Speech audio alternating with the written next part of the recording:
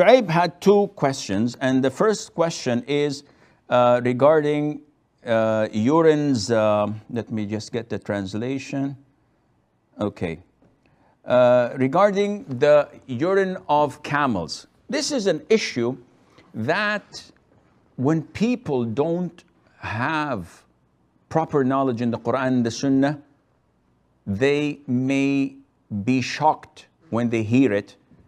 And unfortunately, this is one of the ways and means that Satan utilizes their ignorance into rejecting what is part of the deen. So, Sheikh, you're telling me that drinking camel's urine is part of the deen? Akhi, don't get me wrong. Listen, and listen objectively. Yeah, Sheikh, but we hear that the Hindus drink urine, the urine of cows, and this is absurd. They put it in medicine. It is disgusting. Akhi, don't prejudge. When you prejudge, we can't have a discussion. We cannot talk. What are the parameters that we can judge things to be good or bad? Quran and Sunnah. So what to do? First of all, we have to go back to the Quran and Sunnah.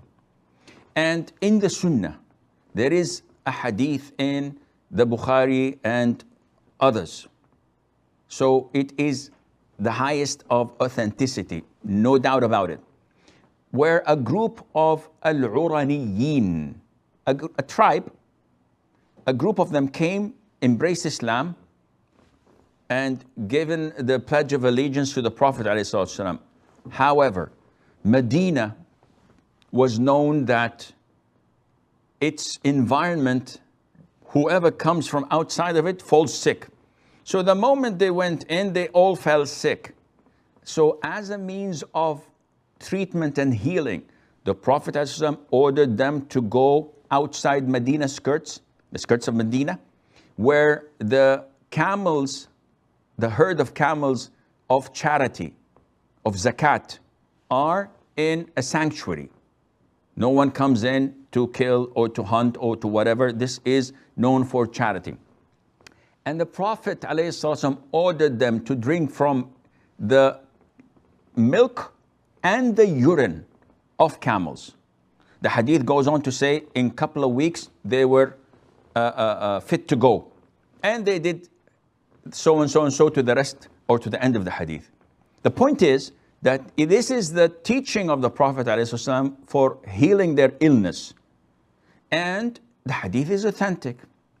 So now people, when they hear this, they're shocked. And they say, no, ahadith are not authentic. This is disgusting. This is not logical. Akhi, how would you know that it's logical or not? Don't you know that some medication, we use the venom of snakes and scorpions in them as a means of healing and cure?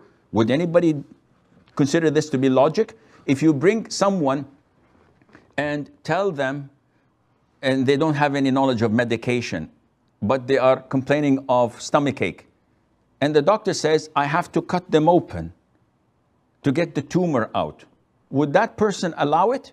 He said, you're crazy. I have stomachache, but I'm not going to let you put the blade on my stomach and cut me open, because he doesn't have knowledge. So Muslims believe. This is their conviction. You like it, you don't like it, you're disgusted by it. Who cares? I believe in whatever the Prophet said, as long as the hadith is authentic. Now, these Muslims, so-called Muslims, once the medical researchers from Harvard or from Oxford or from Cleveland, Mayo Clinic or from wherever, comes to them, wallah, this is wonderful. No, this is good scientific news. I accept it. Subhanallah, because it's in the Bukhari, you don't accept it. If it's backed by medical reports, you only then accept it. There's something wrong with your iman, akhi. Therefore, it is indeed authentic. I know a personal friend of mine who used to teach with me in high school. We were both teachers, who had intestines cancer, and they chopped a big portion of it, and it continued to spread. The doctor said, we have no cure for you. I met this person a friend of mine personally, and I asked him, what had happened to you? He said, I adopted the milk and urine mixture, and for 5 months, every single day, I drink of it. And after 5 months, I went and did my medical, and the doctors were shocked. He said, all the cancer has disappeared. And he says, by Allah, for so many years now, I'm continuing to drink it, and I feel as strong as a bull. This is the grace of Allah Azza wa Jal. This is a personal friend of mine. I did not hear it from someone who heard it from someone. There are researchers on this, but I can lead a horse to water, and I cannot make it or force it to drink. I can tell you, but I cannot make you believe, and Allah Azza wa Jal knows best.